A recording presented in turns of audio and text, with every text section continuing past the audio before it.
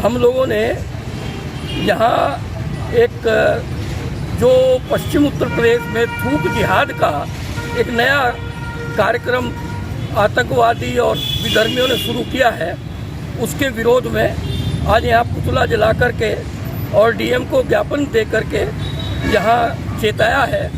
क्योंकि अभी मेरठ में नौशाद नाम का व्यक्ति, गाजियाबाद में भोजपुर थाने में क्षेत्र में मोहसिन नाम का व्यक्ति और बागपत क्षेत्र में वह दिल्ली सीलमपुर में रोटियां बनाने वाले जो शादी ब्याहों मंडपों में रोटियां बना रहे थे, वो उनमें रोटियों पर थूक करके उनको तंदूर में लगा रहे थे, जिसकी वीडियो वायरल हुई।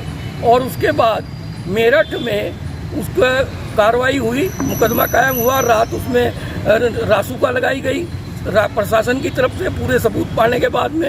इसी प्रकार में गाजियाबाद में भोजपुर थाना क्षेत्र के अंतर्गत भी मोहसिन नाम के व्यक्ति के विरुद्ध कार्रवाई हुई, उस पर भी मुकदमा कायम हुआ है।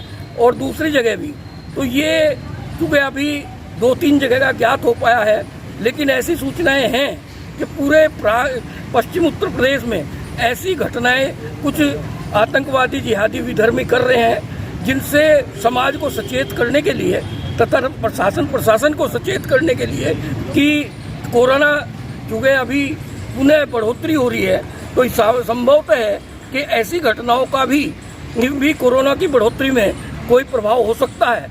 तो इसको प्रशासन शासन देखे और इसमें कुछ विशेष व्यवस्थाएं करें।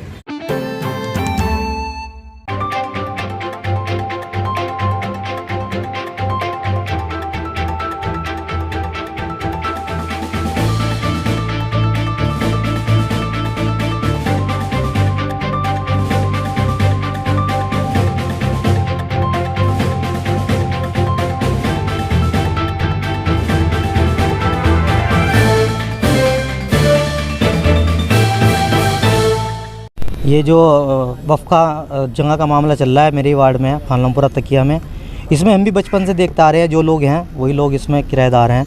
इनके पास रसीद भी है, रसीद भी कटी है किराएदारी की। और इनके पास जो STA ऑर्डर है, हाई कोर्ट का भी है, यहाँ लोकल कोर्ट का भी है, और कोर्ट में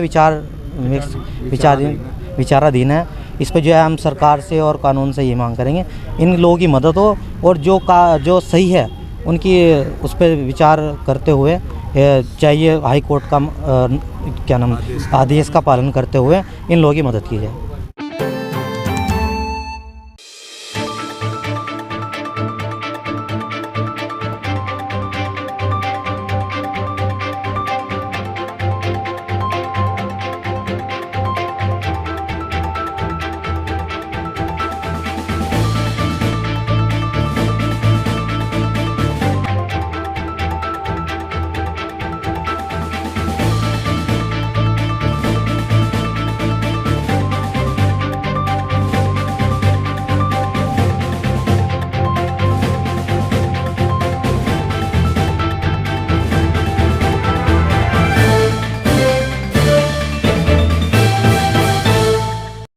अमिता अग्रवाल।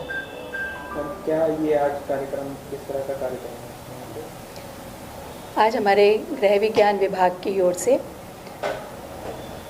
तो कपड़े का कैरी बैग बना करके इस तरह की एक प्रतियोगिता हो रही है, ताकि हमारी पीढ़ी में, नई पीढ़ी में ख़ास तौर से पॉलीथीन बैग को छोड़ करके अपनी परंपरागत कपड़े से बने हुए बैग को ले जाने की प्रवृत्ति जागृत हो और उसको प्रोत्साहन मिले।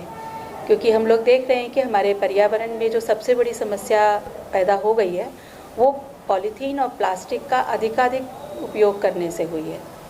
हमारी नालियाँ चौक रहती हैं और ज़रा सी बारिश होते ही उनमें ओवरफ्लो हो जाता है, बाढ़ आ जाती है। तो ये अनावश्यक इतना बड़ा संकट हमारी मानव जाति के लिए खड़ा हो गया है, और वो सिर्फ हमने पॉलीथीन के अंधाधुंध प्रयोग की वजह से खड़ा कर दिया है।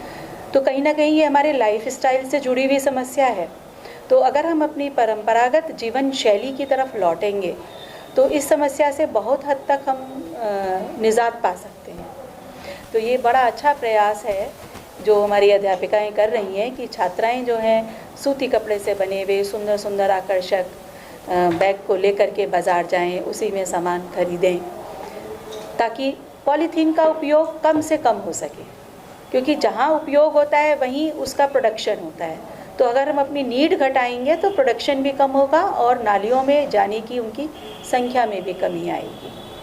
तो ये एक बहुत ही अच्छा प्रयास चल रहा है जो हमारे पर्यावरण को सुरक्षित रखने की दिशा में है। तो देखने में तो छोटा लगता है, लेकिन एक बहुत बड़ा दूरगामी इसका प्रभाव पड़ेगा, ऐसा विश्वास है। समाज के लिए क्या संदेश है? समाज के लिए सबसे बड़ा संदेश ये है कि प्रगति का मतलब ये नहीं है कि हम आंख बंद करके जो चीज़ हमारे सामने आ रही है हम उसको प्रयोग करने लग जाएं। हम पहले देखें कि ये हमारी जीवन शैली के लिए सही है या नहीं है।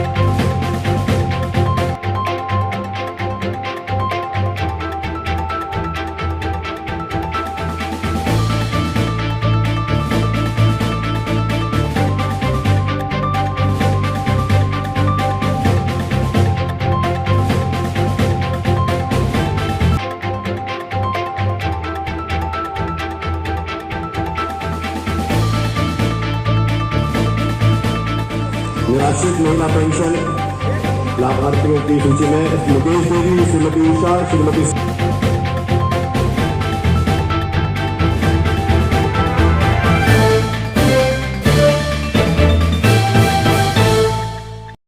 देखिए, योगी आदित्यनाथ जी के नेतृत्व में उत्तर प्रदेश की सरकार ने 4 साल जो है वो अत्यंत सुनहरे कीर्तिमान स्थापित किए हैं और अनेक दशकों का रिकॉर्ड तोड़ा है।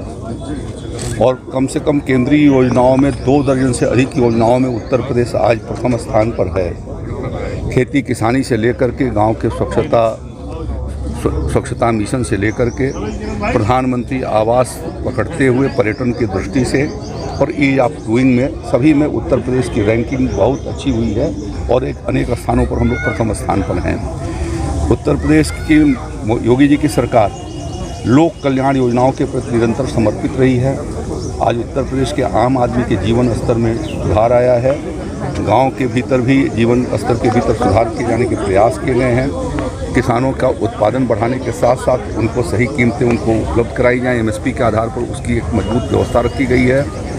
अनेक वर्षों से चले आ रहे गन्ना किसानों के बकाये का भी भुगतान करा करके और इस साल नए सिरे से भुगतान की शुरुआत हो गई है। तो ये इस साथ साथ में गांव के भीतर जो ऐसे लोग थे जो गांव सड़कों से नहीं जुड़ी थी या जिनके घरों पर बिजली नहीं थी, उनके गांव तक सड़कों को पहुंचाना, उनके घरों को बिजली से रोशन किया जाना, ये सब काम ऐसे हैं जो 4 साल के भीतर करके और राज्य के भीतर एक बेहतर राज्य, जैसा अभी मुख्यमंत्री जी ने कहा कि एक समय का बीमारू राज्य आज सक्षम राज्य के रूप में खड़ा हो रहा है और हुआ है।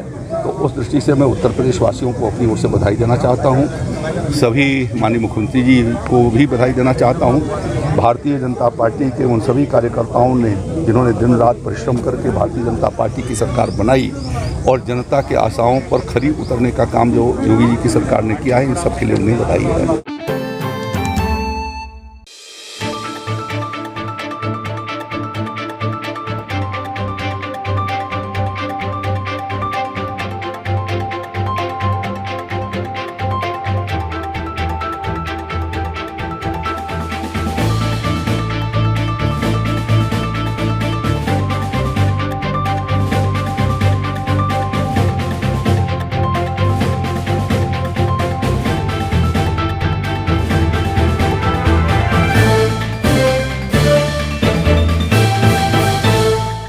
मेरा नाम डॉक्टर अशोक मलिक, मैं मान्यता प्राप्त विद्यालय शिक्षक संघ का उत्तर प्रदेश का अध्यक्ष हूँ।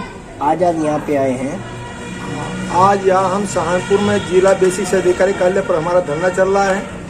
सरकार की निष्क्रियता कि 5 सालों से हम बराबर 25% बच्चों को पढ़ा रहे हैं, लेकिन सरकार ने आधा अधूरा पैसा देने का काम कर रही है। आधा अधूरा हर बार यह बजट होता नहीं है सरकार के पास में, तो उसके बाद हम लोग हमने कई बार चेतावनी भी दी कि हम उधार में बच्चे नहीं पढ़ाएंगे। 25% में मैं ये पूछना चाह रहा हूँ, 25% में निःशुल्क पढ़ा रहा हूँ, 20.4% गरीबी रेखा से नीचे है, तो हम लोग जो है जब 25% तो सरकार जो सरकारी स्कूलों का क्या माने बैठा है, सरकार का क्या मतलब बैठा कर रहा है। इसके अलावा हमारा कहना ये भी है कि सरकार मदरसों को मानदेय देती है, बहुत अच्छी बात है, देना चाहिए। 3 टीचरों को मैं तो ये मांग रहा हूँ कि वो बगैर पढ़ाए हैं, हम मदरसे में फ्री नहीं पढ़ाया जा रहा, निःशुल्क नहीं पढ़ाया जा रहा। हम सरकार की योजनाओं को क्रियान्वयन कर रहे हैं, उसके बावजूद भी 25% बच्चों को मैं फ्री पढ़ा रहा हूँ। हमारी मांग है कि हमें भी जो मानदेय दे सरकार, वो मानदेय नहीं बल्कि वेतन दे, उसके समकक्ष वेतन दे जो आपका परिषद के स्कूलों में टीचर देगा। 25% फ्री पढ़ा रहे, 25% हमें फ्री दे दें, हम वैसे भी नहीं मांग रहे। तो इसलिए यहाँ आज धंधे में बैठे हैं। पिछला हमारा 5 सालों का उधार पड़ा वो दे दिए, इस बार बच्चों का कुल पैसा दिया गया, मात्र बच्चों के लिए दिया गया, हमारा पैसा नहीं है, स्कूलों का पैसा नहीं दिया गया। और उसके बाद भी इससे पहला भी हमारा कई सालों से रुका पड़ा है, वो भी है। बच्चा इस बार जो बच्चों का दिया गया कि बच्चों को जो फीस दिया गया है वो बच्चा पिछले साल का भी हमारा है, पिछले साल का पैसा रुका पड़ा है, पिछले साल का भी आपका अभिभावकों का है। हमें 1 बच्चे या 2 बच्चे फ्री पढ़ाने पड़ रहे हैं, उसका दूसरा बच्चा पैसा आएगा, हम तो आपको फीस दे देंगे, तो 5,000 आएगा सरकार देगी, वो ना उस बच्चे का आया है, ना दूसरा बच्चा है, ना उसके किताबों की जो दिया गया है, ना उन्हें किताबों का दिया गया है।